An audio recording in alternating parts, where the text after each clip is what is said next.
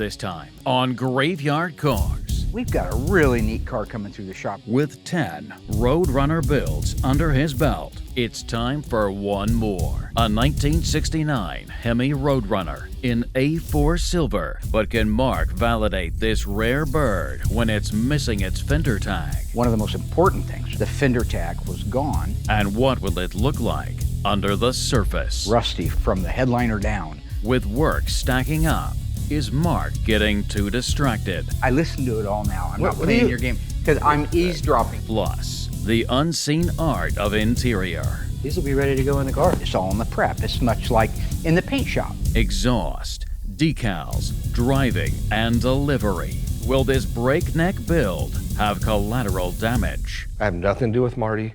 I don't understand why my name's even brought up. He just goes crazy. Beneath the fog, behind the rust, sometimes they come back. There's only one internationally recognized Mopar master, Mark Warman, joined by his friends, family, and dream team, the Ghouls. Nobody wants to take on the stuff that we take on. Reviving the past. 100% untouched survivor. Resurrecting the icons of American muscle. We are the Shaolin priests of Mopar. Uncovering stories. It's the baddest car we have here. And restoring dreams. The most iconic muscle car on the planet. Putting cars back where they belong. On the road. Here we go. Beyond a passion. Oh, that's wild. One man's obsession.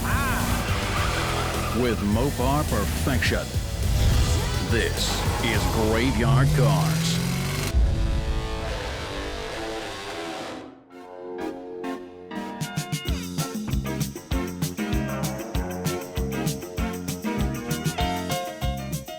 We've got a really neat car coming through the shop right now. 1969 Hemi Roadrunner automatic on the column. Now, for those of you who have been keeping score at Graveyard Carz, I would like you to know that this will be the 11th Roadrunner that we have restored at Graveyard Carz. 2 of which were Superbirds, and 1 was a 1969 Hemi Roadrunner convertible in Q5, automatic power window car, ultra rare car. So my point is, if you like Roadrunners, this is your neat episode. When the car came to us, it had a 440 in it, and I believe it was like a 1977 440 out of a motorhome. The original Hemi engine was gone. But in the trunk was a lot of Hemi stuff, the bolt-on stuff. We had the heads, we had the intake manifold, exhaust manifolds, carburetors, air cleaner, which had been chromed. Had to get the chrome off of it and redo that. But all of the key pieces to make it after we got a donor block were there. Plus, this car has the original numbers matching transmission. Now you can tell by looking at these old original photos that the car had been painted a funky green. It was a really ugly color. When originally it was A4 silver. So that's what we went back with, was the original A4 silver. The interior was a bench seat in pewter. Beautiful, striking combination. So in the world of rare, yeah, they made some Roadrunners, they made some Hemi cars in '69. But I don't think I've seen another one that was A4 silver, which is gonna be great because Will's pretty well versed with that color now. He understands the opacity, how transparent it can be. He did the 1969 Roadrunner for Don Jones, the exact same color. We've never done the pewter interior. This is a first for us. So I did know when I first talked to the owner of the car and looked at the photos, the interior wasn't in very good shape. It at least was all there and you could see the original color. Now this car was missing the original fender tag, no broadcast sheet. But there was enough original DNA on this car when it showed up that I was able to validate how it started life, what it should have, what it shouldn't have, what somebody took liberties, as Tony would say, with, so that I could put the car back exactly the way it was when it left the assembly line. One of the most important things in the world is the fender tag, which in this case was gone, but the dash VIN is there, very important because you can't make another one of those. The hidden body numbers. The one underneath the weather strip in the trunk lip gutter and the one on the back side of the radiator sport. Perfect condition, very legible, not rusty. All those things, plus the undercarriage DNA markers of all the torque boxes and reinforcements, all there. Those are the things you have to have when you're trying to make sure that a car is really what the owner says it is. When you look at this car from a body condition standpoint, which is one of the things that we have to immediately assess, that thing was beautiful. If you look at the trunk floor, you look at the inside floors, you look underneath the package tray, it was beautiful. It was original paint, clean enough, as they would say, you could eat off of it. It was that nice of a body. So once the car was able to sit through the long setbacks and waiting on the dipper and COVID and all that, once we were to that point, we disassembled it right away, got it sent out, got it dipped. Once we get these cars disassembled, just like always our protocol, we get the parts that need to be dipped that we're going to save, that we're not going to replace with new AMD parts or used parts. We get all those, we inventory them, we put them in the car so we can get the car loaded up so it can make a trip across town for the dipping. Now, one thing to note on this car was the hood. Since it still had the original Mopar part number on it of a 3417098, you might want to write that down, I had suspected the hood might have been replaced. But there was no damage, no evidence, no surrounding evidence to say that it was ever in an accident. So it's possible they just didn't get much paint on the bottom side of that hood from the factory. When the car came back from dipping, there were no surprises. There was a little bit of rust in the bottoms of the quarters. You could see that in the before pictures. A little patchwork that had been here and there, but boy, in a world of picking a car that you're going to restore, especially a 69 Roadrunner that has the ability to have just a multitude of problems on it, go back to Mr. Curtis's 68 Roadrunner. Rusty from the headliner down. This was the opposite of that. This was a very, very nice body. In this case, we were able to save, because of the incredible condition of the body, the original doors, that hood that I mentioned, original fenders, and original trunk lid. That doesn't happen very often. Those things were really, really nice. So this 1969 Hemi Roadrunner is the second A4 Silver that I've done, and it was almost done back to back. This one is just like the last one we did for Mr. Jones. Only difference is one has a black top, one's got a Hemi, the other one didn't. But as far as looking at their cars, they're both awesome, they're both unique, and love them both. This car was great to start with, which means the process goes a lot quicker. So the metal shop, there's not much time. Kick it out to the mud guys. They have them, they're kind of averaging about 4 to 6 weeks for them to get a car over to me. Once they got that car over to me, we can get going on the body. We got it over here, did our initial prime like we do every car. At that point, we kick it outside for about a week or two, bring it back in, block the car down, start with 220 all the way out to 600, blow the car apart. Then we paint the door jambs, fender jambs, all the jam work underneath the hood so we can get the car reassembled, final adjustments, some light fine tuning, and then at that point we're ready to get it in the booth and get our PPG base coat on it. So when the Hemi Roadrunner showed up, it had a 1976 440 engine and automatic transmission out of a motorhome or something, none of which were even usable for this car. However, Mark rounded us up a correct date-coded Hemi engine for this project. In fact, so date-coded, it actually came out of a 69 Roadrunner post car. You can't do much better than that. Overall, the block was really nice and cleaned up very well. We were able to recondition the crank and rods and install 40-over pistons. We had the engine balanced with a new comp cam, and they complement each other very well. The heads that came with the car were bare, so we had to install new valves and springs from Mancini Racing. They also supplied us with the Trick aluminum rocker arm assemblies. So with all that assembly done, we had the drivetrain ready, waiting for the car when Will was done. Now, one of the things that has to happen before we can put the interior in and start building out the rest of the car is it has to have a headliner, it has to have a vinyl top. So fortunately, we mentioned it before, and I don't want it to seem like we're idolizing this guy. He's nobody's idol, but around here, we've always just kind of been at the mercy of the upholstery shops. You know, when can they do it? How long is it gonna take them? That kind of thing. So now we just go over and tap Marty and say, okay, I need the vinyl top, here it is. We just got it in from Classic, I need the headliner put in it. And there's such a benefit to that. When you watch him install that headliner, you know he's professional, he knows what he's doing, because he's the guy that did it for the other shop for so many years. We really can't emphasize too much of what a lifesaver it's been. If you look at the cars and the pieces that he's had to make, like the headrest for the 69 Cuda and putting the seat kits on, it's an invaluable asset to the shop. And I think that what it's going to end up doing is down the road, you're going to see an increase in volume out of graveyard cars because it's one less obstacle to get these cars' taillights down the road. So once we were done with our part, we kicked it over to Mark. They got the drivetrain in it. Then at that point, once the drivetrain's in it, the car kind of settles. We can readjust some gaps, fine tune it just a little bit. Then Mark kicks it back to me to do the V21 sport treatment on the hood, which is the dual stripes. Now, for years, we've always used PPG's Hot Rod Black.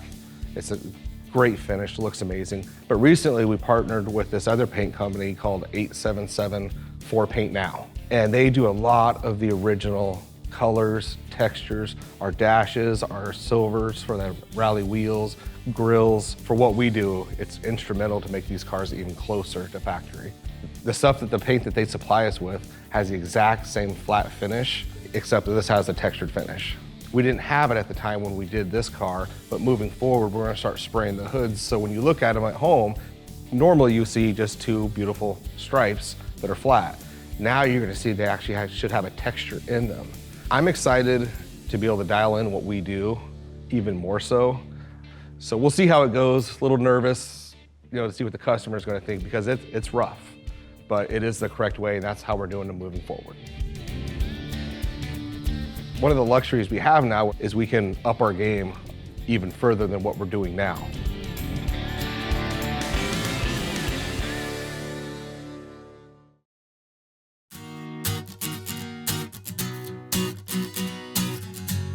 This is the rear seat for a Roadrunner. And the first thing you want to do when you start covering one of these is to stretch something across the spring so that when you're done, you don't feel all of this edges of these springs when you sit on them. Marty has to make sure of a lot of things before you put that big, beautiful new cover on. These are good quality. We get them from Classic. They probably get them from Legendary. They're an amazing, great quality parts. It's the right color and they're sewn right and they're heat pressed where they should be, but they got to be installed right. So I thought I would take a minute and let Marty have a moment in front of the camera. He's pretty good with it. He's very knowledgeable and he'll walk you through it. You're gonna learn something and maybe you're doing your own car at home. It's okay to learn from him too. So you want to stretch this across there, just kind of taut. You don't want it so tight that you're bending the wires in or changing the shape of the seat. You just want to pull these across here, kind of snug. This is just a generic piece of fabric. It doesn't matter what it is, as long as it's not really stretchy. Of course, you don't want a rubber band on here because it's going to stretch and you're going to feel more. You want something that doesn't distort real easy. We do give him a clean slate. We take an original seat frame and we sandblast it, we epoxy coat it, and then we paint it and top coat it. So he's working with a nice fresh canvas. That's a big advantage. The other thing is the little clips that you see him, he hasn't called that out, but those are called hog rings. A lot of you guys out there know what they are. A little mild piece of steel, use a special pair of pliers. That loops around and holds the fabric to the seat frame. So anytime you hear somebody talking about hog rings, that's what they're talking about. Some of these springs aren't really stiff. This one is pretty stiff, but on some springs you'll be able to pull on that and pull it back a couple inches, and if you're not paying attention and pulling your material snug, yeah, you'll wind up with really out of shape. I run my hand back and forth across here all the time to make sure that, because there's clips under here that you can see through the material. I don't want to put them on top of a clip and make the bump larger, so I'll make sure I put them in between the clips that are already there. Same step over and over, kind of monotonous. How long have you been doing this for, Marty? About 38 years now, right out of high school. So now I'm gonna put this around the edge of the wire to help buffer and pad those bumps in the clips and the bumps for my hog rings so that they don't show through the cover and through the foam when I get to the end. This is actually just jute carpet padding is what I use. You can see when I squeeze the hog rings in there, they sink down into the padding, so when you put the cover over that, it's not gonna be a bump now, it's gonna float over that hog ring so that you don't feel it.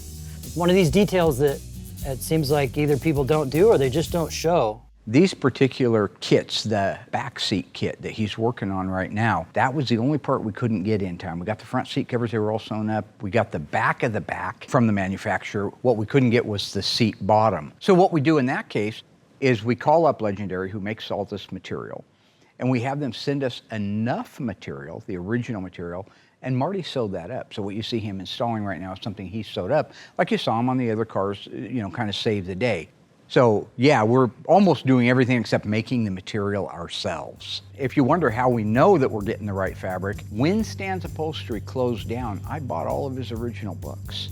You ought to see the library of these things I've got. You name it, I can show you, even Brand X stuff, what the original material was, what the original part number was, what the original die lot was. I have the ability to duplicate the past because of these books, just like with our parts books when you go in our reference room. If you're going to be putting a car together that was built in 1969, you need the information that was available in 1969. That's what we do.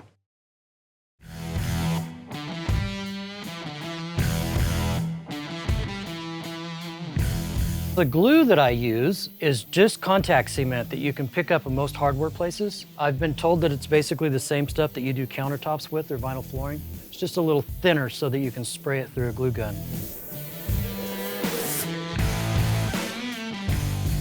Yeah, it's time to put the foam on now.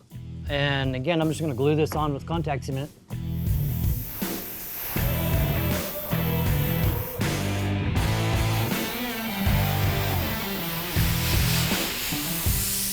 Be generous with your glue when you're gluing foam. There's really not a lot of surface. It's foam, it's bubbles. There's actually really very little surface area on this. So if you don't put a lot of glue on it to bridge the bubbles, it doesn't stick real well.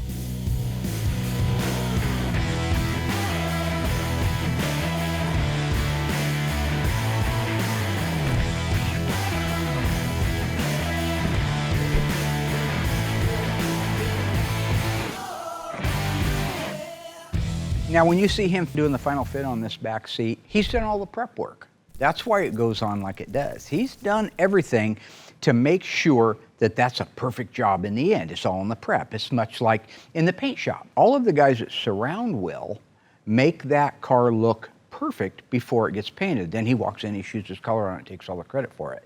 But the fact is, it's all in the prep. It's not in the gun. It's in the prep. Again, with the insults, I have nothing to do with seats. I have nothing to do with Marty. I don't understand why my name's even brought up or why we're continuing down this. But at this point, like his shirt said, I'm not even gonna cuss because I don't want you to have to bleep it, but he's f***ing psycho. If you start putting this on and make sure that the tail underneath here is already pointing down, especially on the corners, it's really hard to roll that tail later. After I get done, I'll go around it like this and make sure the tail of that welt is facing downhill. Just try and get it turned while you're putting it on. It makes it a whole lot easier.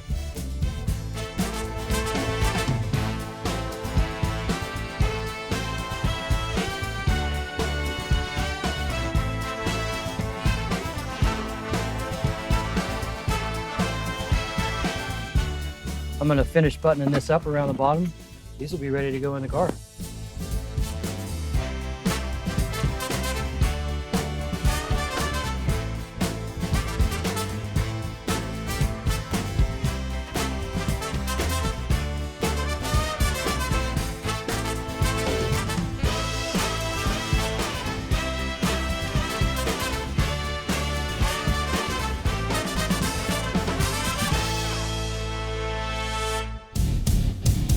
Coming up, the '69 Hemi Roadrunner rolls into assembly as the ghouls install the exhaust and the iconic Roadrunner decals. I was really bad at them. But will Mark let Dougie and Brian finish their work? It's terrible.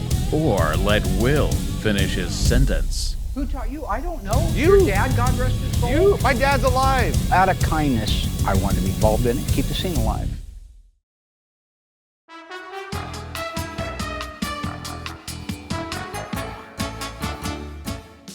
Folks, we are getting ready to install the exhaust system on our 1969 Hemi Roadrunner.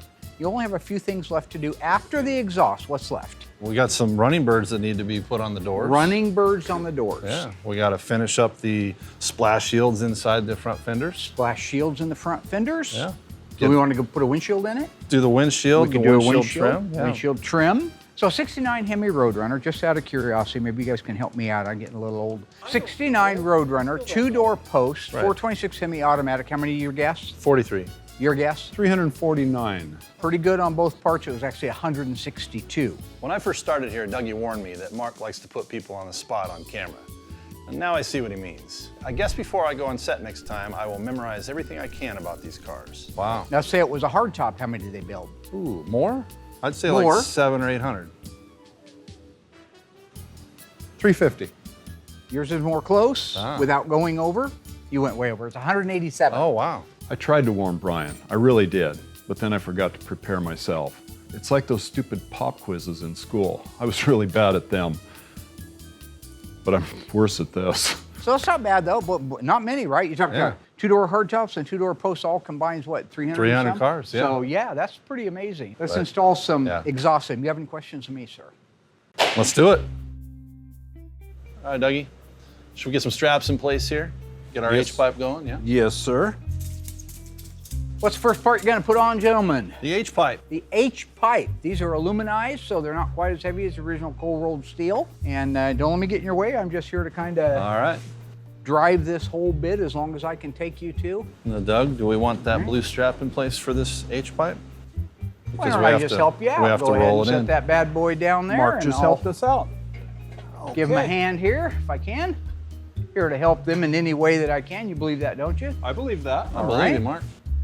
Okay. All right, let's I'm gonna get up come over the around. red here. You guys say too. I'm going to come around to the front, so I don't want a H-pipe in the head You don't. or the ass or anywhere else.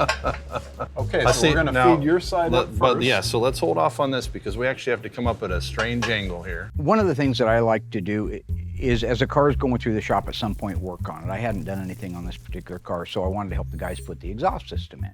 This is an accurate exhaust system from Accurate down the road, but it's a piece of cake. Piece of cake. You don't need me.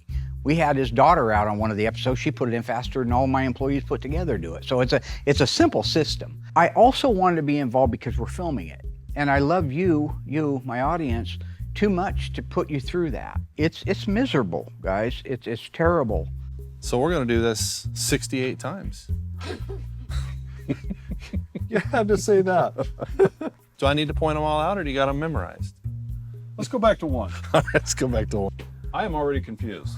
They're trying to be entertaining, they're trying to be funny, it's like the kid that gets the Mr. Microphone for Christmas, right? Just keep that crap in the box until Christmas is over. Do everybody a favor, right? It's like Dougie when he got the little 8mm camera for Christmas one year. I was thinking, God, this is gonna be a long holiday. So out of kindness and compassion, which I'm a very compassionate person, I wanted to be involved in it and keep the scene alive.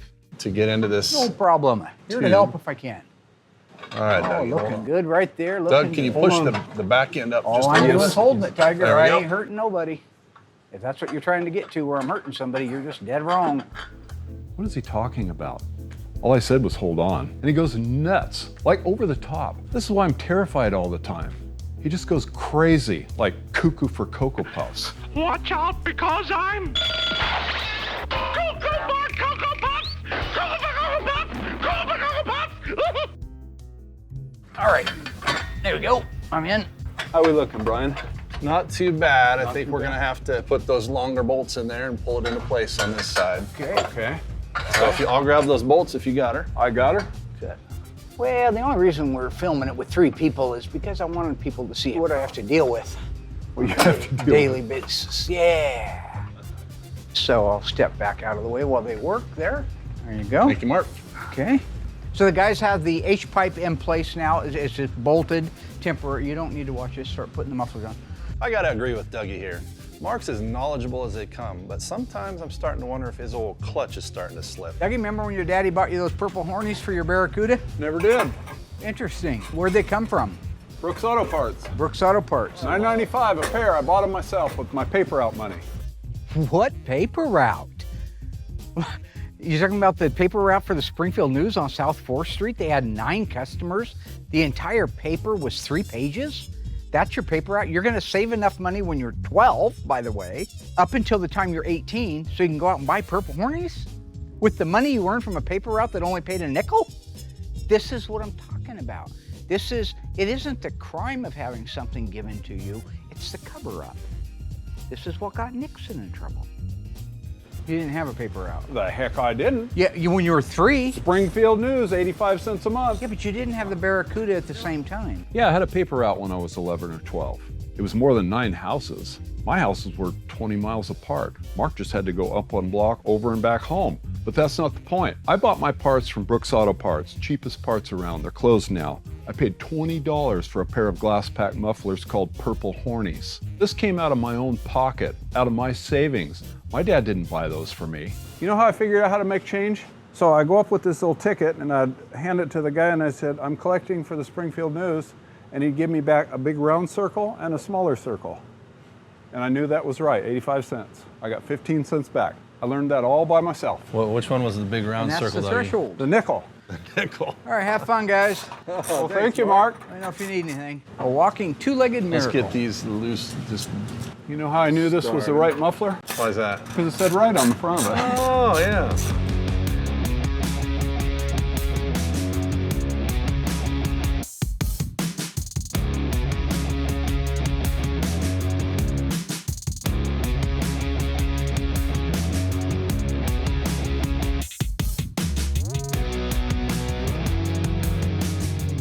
All right, so the guys did a fantastic job putting the exhaust system. I went back through, made sure everything was where it was supposed to be. The clamps are correctly tight.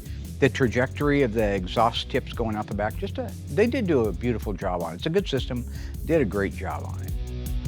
A couple small adjustments and we're good. And I saved you guys, you know, by the way, I did save you a lot of their silliness. And I think that, you know, I have people at home say, oh yeah, you say that, you know, so you look really good. It's nothing to do with me looking good. It's just a fact of the matter. So some things that I've had to sit there on Sunday and go through my edits and go, God, cut that. That ain't funny, that's them. So for those of you who don't believe me, I thought, well, I would just give you an example of what I have to deal with. So sit back, raise the curtains, dim the lights. This is it, we'll hit new heights. And oh, what heights we'll hit. On with the show, this is it. You wish you were a little taller? Sometimes. Wish I was a baller. Wish I had a rabbit in a hat with a bat and a 6'4" rolling. Remember that song? No, you lost me there. You know, there was this thing called MTV, Doug, There we go. and they used to actually play music videos. There was a guy on there that I just loved. I forgot what his name was. That guy with the fuzzy picture that always talked real fast for Coca-Cola. You know what I mean? Stuttered all the time. Max Headroom. Oh, Max Headroom. He was my favorite. How would you like to sit through 15 minutes of that? And be honest, all right? So just to refresh everybody's memory, we've done a lot of graphics over the years. I mean, we've done a lot of graphics. You name the car, billboards, and we've done hockey sticks, and we've done bumblebee stripes. On the Roadrunners, we've done every real desirable year. So we did our 1968 Roadrunner with the Decor package, really cool setup, all the way up through Mr. Gay's 1971 Roadrunner with the over-the-roof stripe. So we've done our share of graphics. Go back to the very first vinyl graphics you ever watched us install. This was on our 1970 Roadrunner. The car's an FC7. It received the reverse deck lid stripe in white, as well as the Roadrunner dust trail. Installing these stripes is difficult, even for me, who's done it quite a bit. One of the most troubling areas of the rear transverse stripe is getting it perfectly level and centered so that you have the same reveal, the same wrap around the edges, the same trajectory from the deck lid over to the left and the right quarter extensions. Another trick is when you're pulling the backing paper off these things. There are small sections of the bird, like the beak, that like to tear off when you pull the backing paper off. I had it happen to me on that very first car, so I know it can happen. Going slow, pulling the paper at the right angle so as to not pull the decal apart is the name of the game. The 1970 Roadrunner in purple was my first transverse stripe that I ever installed. I got better as the years went on. I think out of the 9 cars that we had done the transverse stripe on the Roadrunners, 4 of them got that decal on the back end, and I installed all 4 of them. I did get better, and that's just to say you'll get better the more of them that you do. Now, the very next Roadrunner that got these decals on the back end, the transverse, was our 70 Roadrunner from Mr. and Mrs. Zink. Beautiful car, lemon twist yellow, 4-speed car, originally a 3-speed car, but he made it into a 4-speed car. Again, when you watch us do this, it looks easy, but it's not easy unless you've done it quite a few times. And like I say, even for me that has done it quite a few times, it's still not easy. The really neat thing is how these can complement a car. That purple against the white on the 70 Roadrunner in the beginning. This yellow, lemon twist yellow with the black stripe, absolutely stunning. They just really go together and set off the back end of that car. After the lemon twist car, I installed the exact same decal on Mr. Martinez's Alpine white car. This car was a tribute to his late brother. If you remember, very emotional, very neat episode that we're so honored to have been chosen to do that. Much like the yellow and black, is when you stand back and look at the contrasting colors. That black right up against that white, it's stark, but it's good looking, it's sexy, and it looks tough. The last one that you saw me do was on the Toro Red 1970 Roadrunner. I was working with one of the guys that used to be here, training him in how to do it, because there is a lot to be learned. It came out great. He had a learning curve on it. We did have to fix a couple of things, that air bubbles and things, but those are to be expected. They just go with the territory. But overall, it really worked nicely on that car. You have the Toro Red with that black. That was our last one we did on a 1970 Roadrunner. The very coolest thing is that these are reflective. The cars today don't have reflective decals on them, but over the years doing these cars, we've tried to shut the lights out and catch that reflection just right. I think that's just the neatest effect. Now, one of my favorite memories all the way back to the very beginning, the first season of Graveyard Carz, was that purple car that I just mentioned. 1970 Roadrunner in violet with the white stripe on it. I had Emma. If you guys look now at a picture of Emma, Emma's 13, and she was a baby. She was brand new back then. I brought her out and I showed her the little Roadrunner head that I just installed. That was part of the dust trail stripe. The dust trail stripe is standard on a 70 Roadrunner, but you can delete it. V88 gets rid of it. In this particular case, it had it on there, so we had to put it back on there. The biggest difficulty with these is there's a pattern to them. Number one, you got to set the trajectory. You got to set it all the way back at the quarter scoop, and you got to set it right at the top of the wheel opening on the left or the right front, depending on side you're doing. The other thing is that dust trail is designed to go a certain way, so you have to look for the X's at the bottom of the pattern. I did on my very first one, way back before Graveyard Carz was even a thing. I put the passenger door on upside down. Didn't even realize that it came out beautiful, came out straight, till I stood back and looked, thought, that's not right. So making sure those things are laid out right and in the proper place and thought out ahead of time is the name of the game. Now, the very last time I did a dust trail was just recently, again on the Toro Red 1970 Roadrunner, same one that got the black stripe on the back end.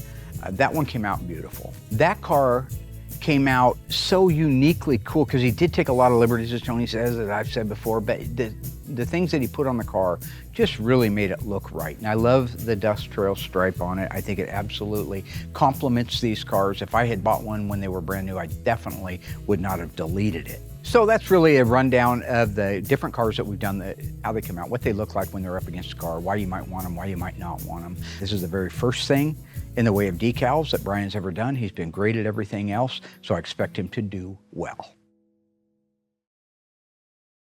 These are the first exterior graphics that I've personally installed. Fortunately for me, the Hemi Roadrunner doesn't get any other exterior vinyl graphics besides the birds, so it was a pretty easy start for me.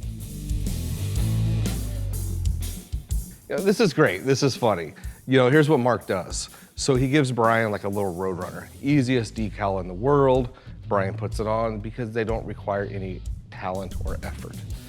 Then he comes up to me and just shoves it in my butt, how great Brian is at decals, how he's the man. My learning curve with Mark is he had me do a billboard. That takes up half the car. Wow, we made it far before we had to get my dad. Do you remember me saying not to get that part of it wet? That's not an easy thing to do. That isn't at all how it goes. See, you didn't know. See?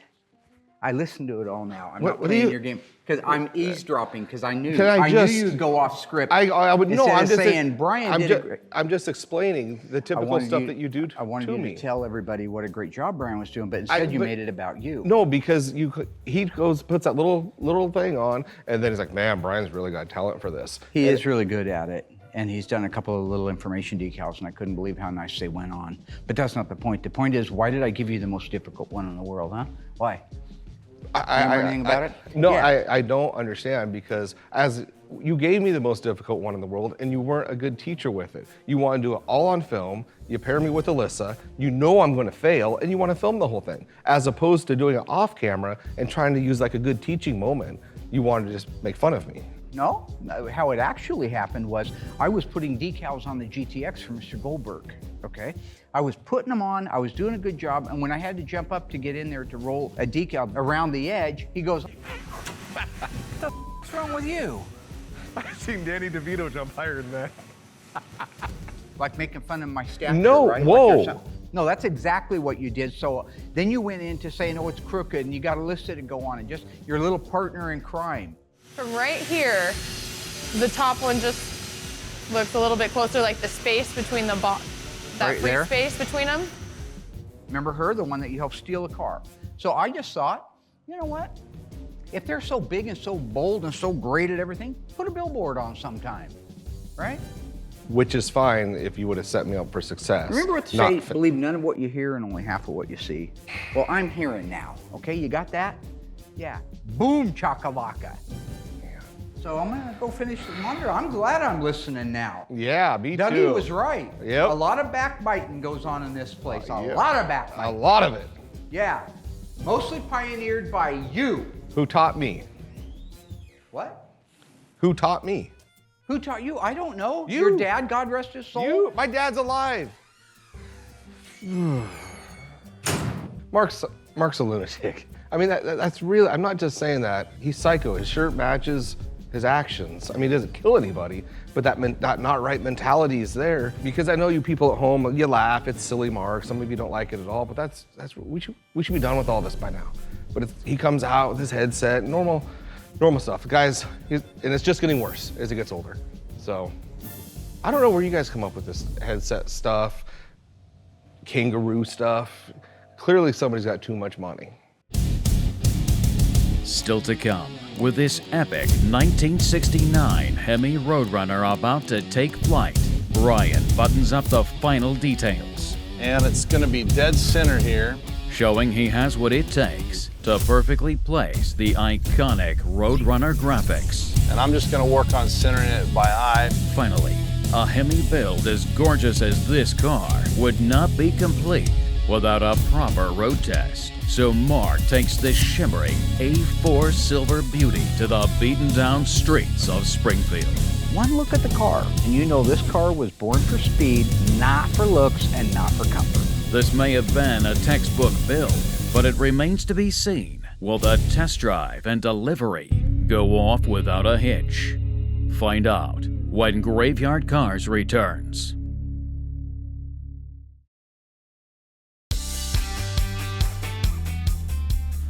So I'm switching towels this time because I had a blue fiber get caught up in the beak of the bird on the other side when I was clearing off all the gel.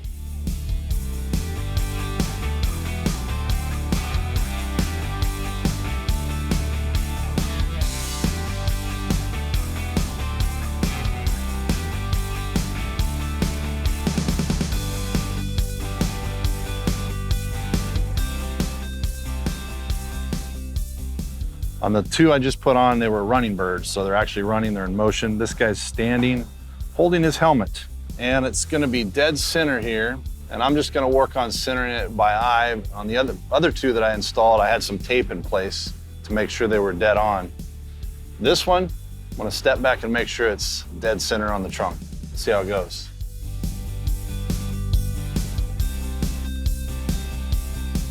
There's one exactly like this that goes on the dash as well, inside the car.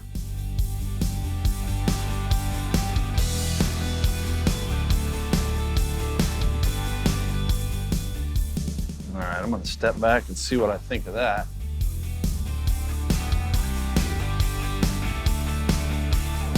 I think we're good.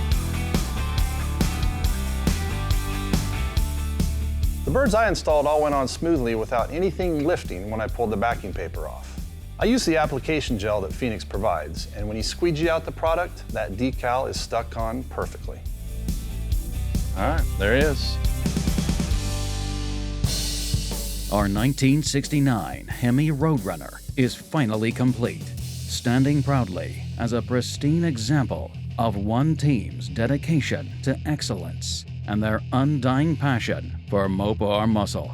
Subdued earth tones, bold contrasting stripes, subtle graphics, bullied by an excessive, oversized engine, make this car a detailed reflection of an era that would ultimately impact every aspect of American life. But to fully appreciate the present, you have to acknowledge the past.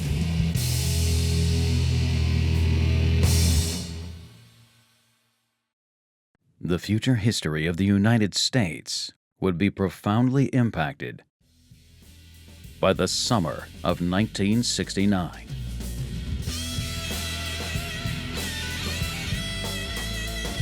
The Woodstock Music Festival took place in Sullivan County, New York, during the week of August 15th. Of that event, Edgar Winter wrote, "When I played Woodstock, I'll never forget that moment, looking out over the hundreds of thousands of people, the sea of humanity, seeing all those people united in such a unique way. It just touched me in a way that I'll never forget."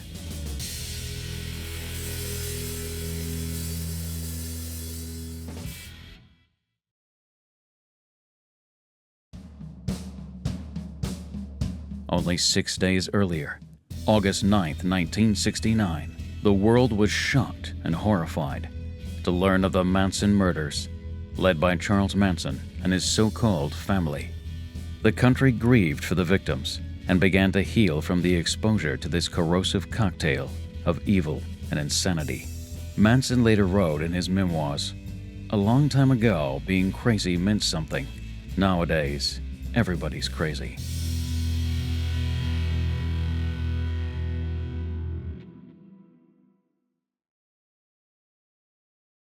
Arguably one of the most famous, influential, and nation-defining moments in our history happened only 20 days earlier, on July 20th, 1969.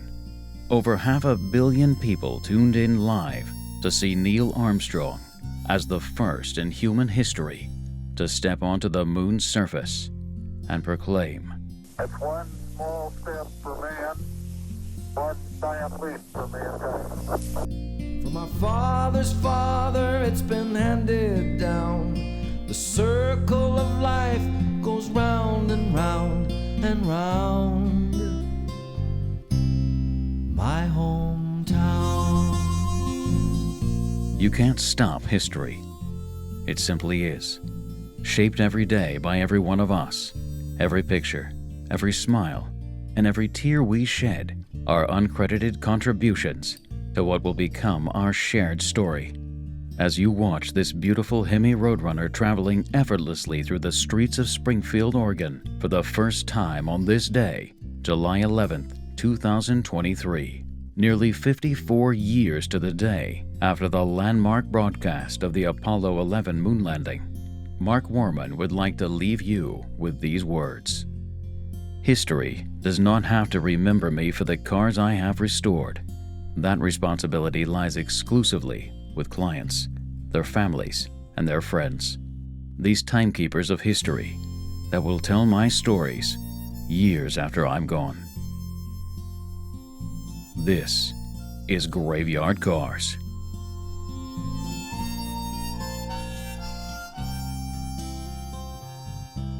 That's my hometown.